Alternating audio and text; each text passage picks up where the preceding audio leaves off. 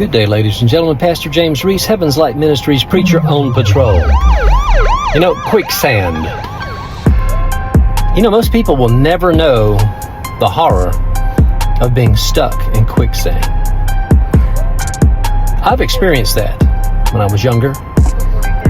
And I'm going to tell you what, if it hadn't been for a friend of mine that was with me, I might not be here today doing this. I'm going to tell you something. Quicksand is quite interesting because the more you move to try to get out of it, the more it sucks you down into it. I have an experience, ladies and gentlemen. A person with an experience is never at the mercy of a person with a mere argument. And I can remember that time. Every single time I'd try to move my feet, because there's nothing solid under your feet. Every time I would try to lift my knees, try to pull myself up, lean forward to try to get closer to the edge over there, to the hopefully where solid ground was, or grab something, it would just suck me down in it even deeper. So then I figured out, to stop moving. Stop moving. So, here I am. I'm in the woods. I'm around a lake, actually. And it was a Boy Scout retreat, of all things.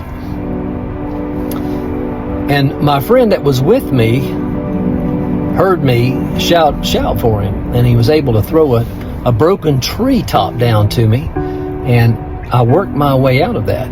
But even trying to get out of it with that thing, and him pulling on that and me pulling every ounce of strength I had, it was nearly impossible. I mean, it was just like a major suction.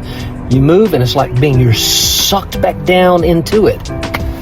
Well, that reminds me of how many times when people get into these attitudes of depression or anger, resentment, jealousies, envying, strife, hatred, contentions, these things, it has the same type of effect.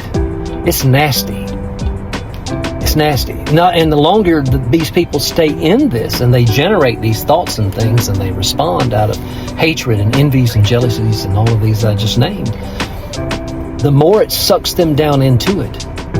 And while that's happening, on the other end of things, what you do and what you say is compelling the same things to come to you more.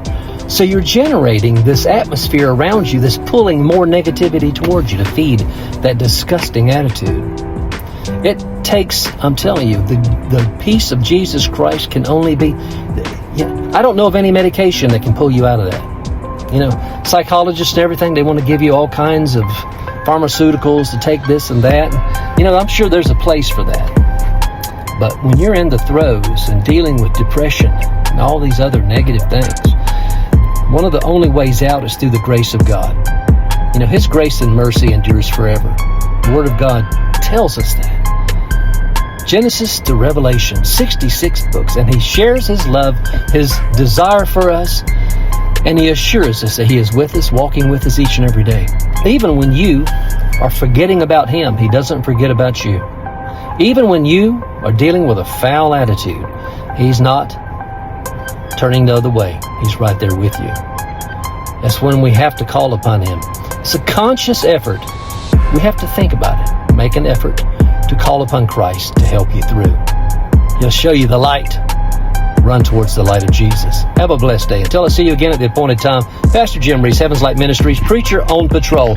We're praying for you.